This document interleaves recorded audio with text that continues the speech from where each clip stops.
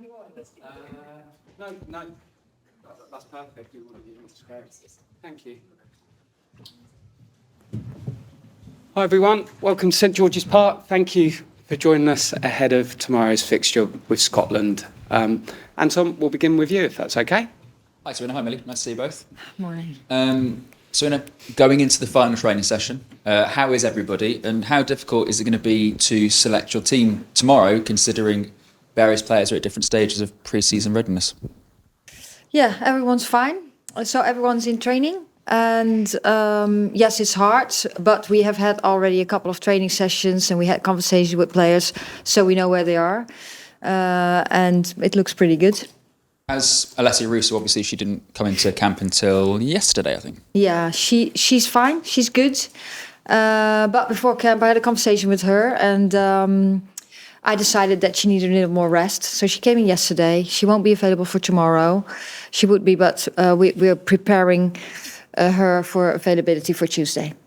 Obviously, we got the news confirmed yesterday that should England do well in the Nations League and GB qualify for the Olympics, you will be the head coach. First of all, how does that feel? I suppose potentially taking GB to an Olympics, and what kind of a different proposition is that? Yeah, of course, it's very exciting, and I'm honoured to be able to get that role. And of course, you know, the Olympics is a very special tournament too, and that's what we want to play big tournaments. But it's not that far. There's still a long way to go. So we just brought it back to now. We want to win the Nations League. We have to win the group, which is a challenge, of course, for everyone in the group anyway, with this Nations League. And then, of course, we have to do really well if we win it in the playoffs in February.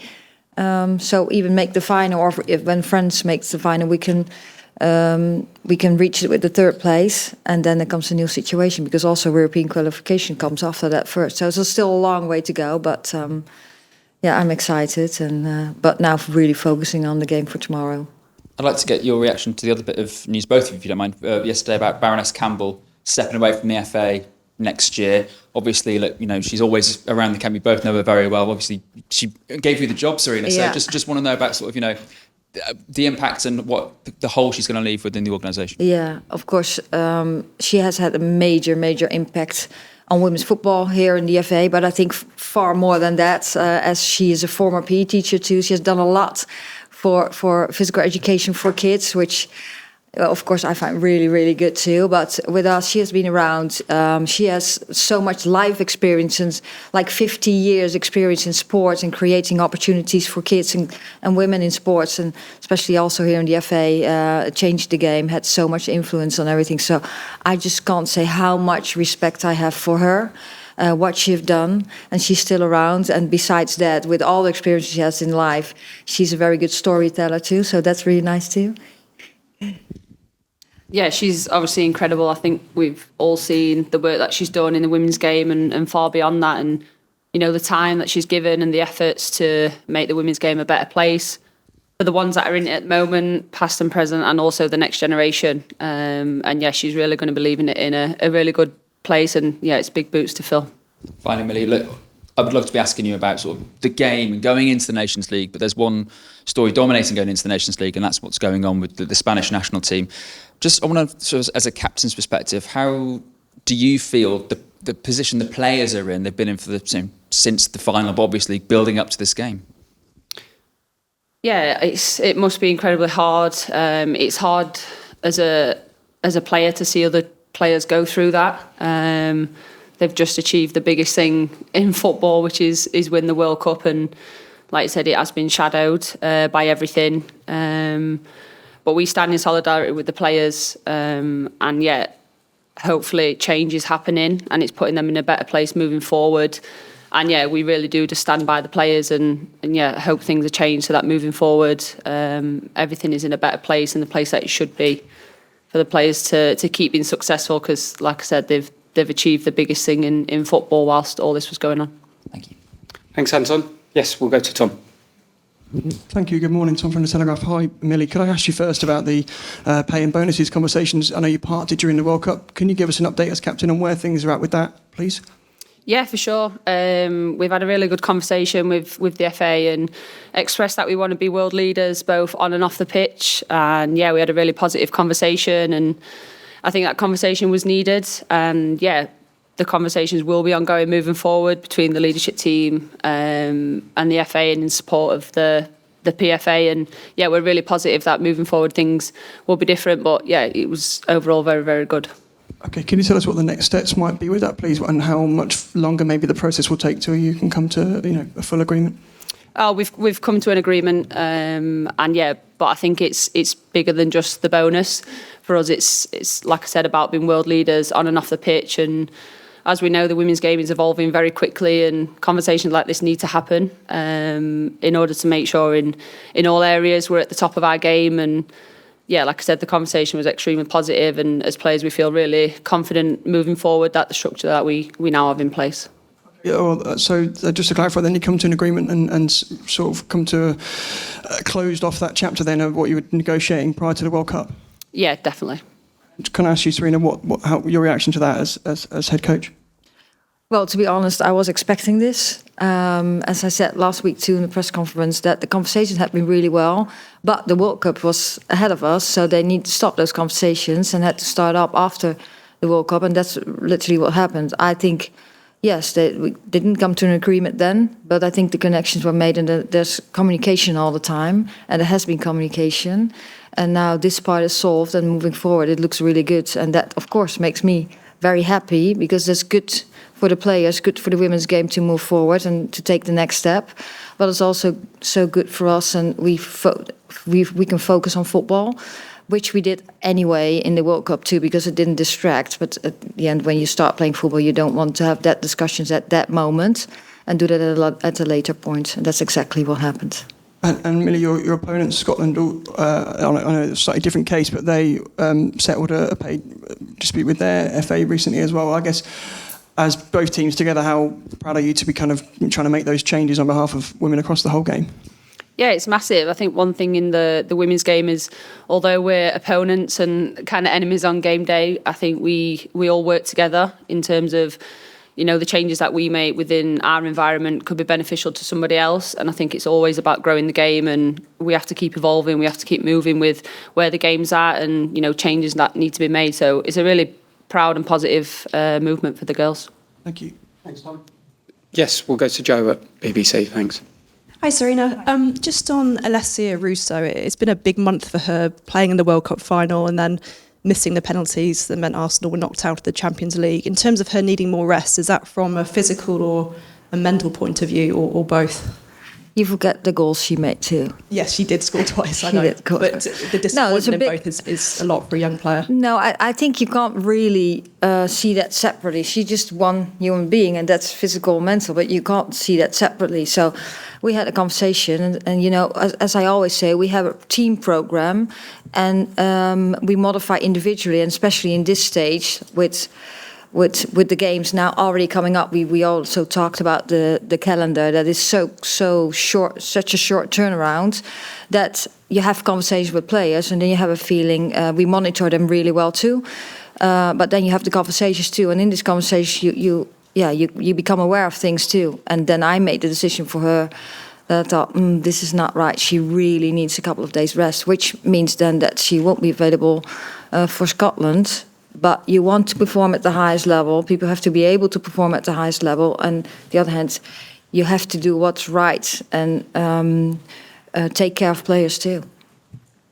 Millie, it must be quite odd for you and the rest of the players to have played at a World Cup, had a small amount of holiday, a little bit of pre-season, not played a game for your club yet, and then straight back into England. What's that been like for you and the squad?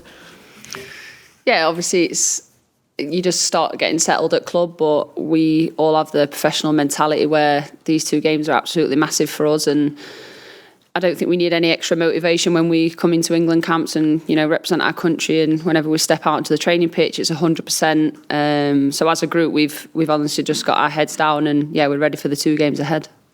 England-Scotland doesn't need much introduction in terms of a rivalry. What does it mean to you?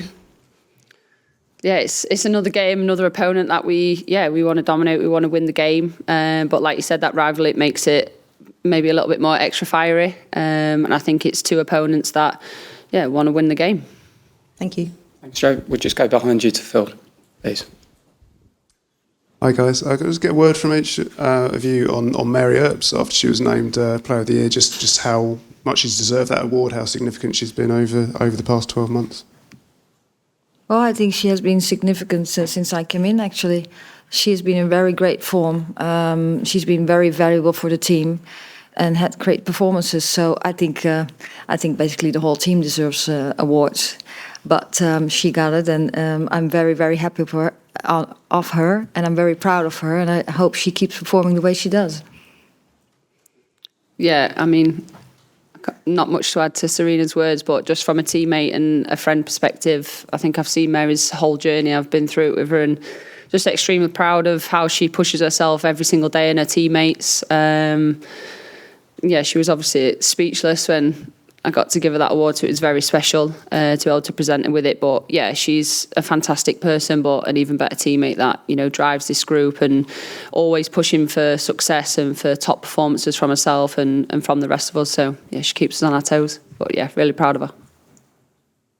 Thanks, Phil. We'll just go down to the front of the room to Neil, please. Hi, ladies. Millie, just wondered if you could go back to the thorny issue of the bonuses again. I know it's great that you've sorted it out. You mentioned that you want England to be world leaders. Setting the issue of bonuses to one side, what other sort of areas of discussion might there be? Is it additional funding for grassroots, improved commercial terms, better coaching, pathway? I mean, what else did the talks encompass?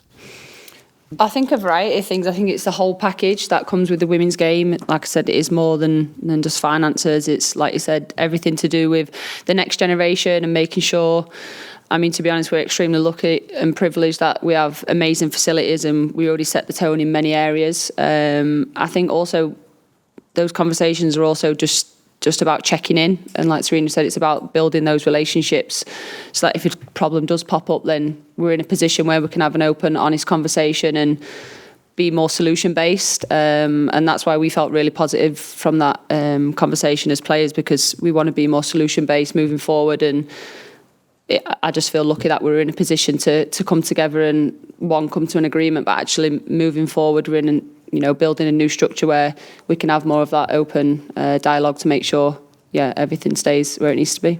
You seem to be suggesting that there's a mechanism in place now to potentially, hopefully, not have this issue anymore. Is that correct? Through open dialogue and just, like I say, you're having a chat with the people that need to be listened to at the FA?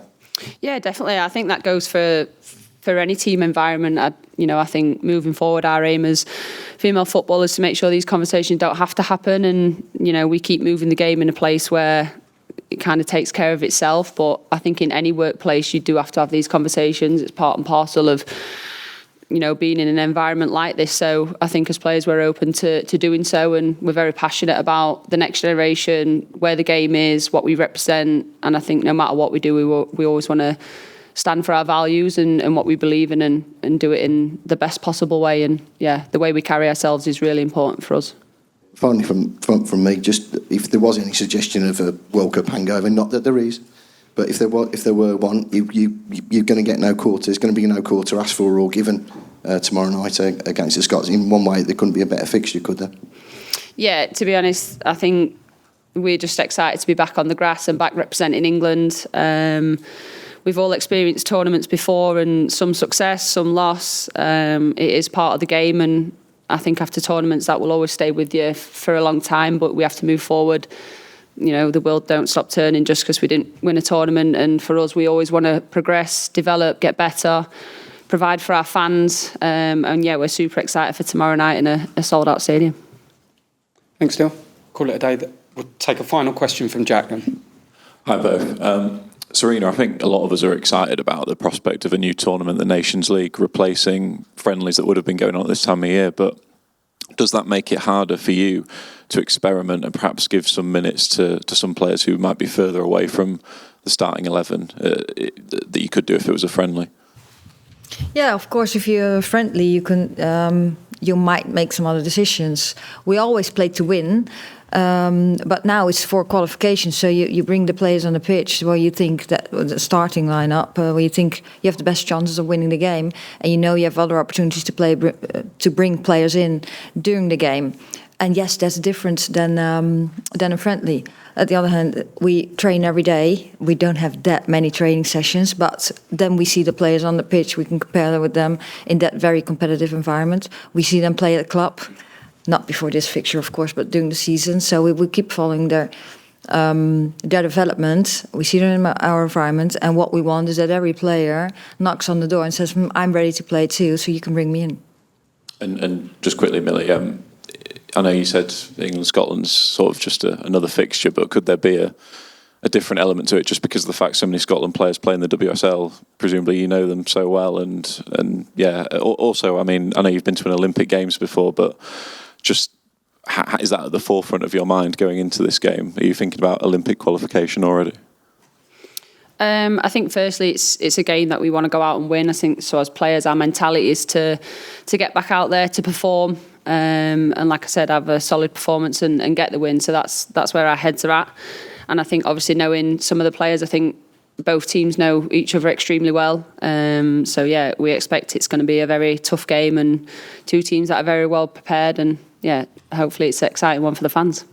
Thank you. Thanks ever so much. Thanks to you all. We'll see many of you tomorrow night at Stadium of Light. Bye-bye. Thank you.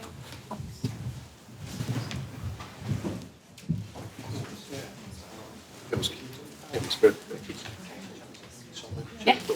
All right. Sorry, I'm showing fast as a mountain.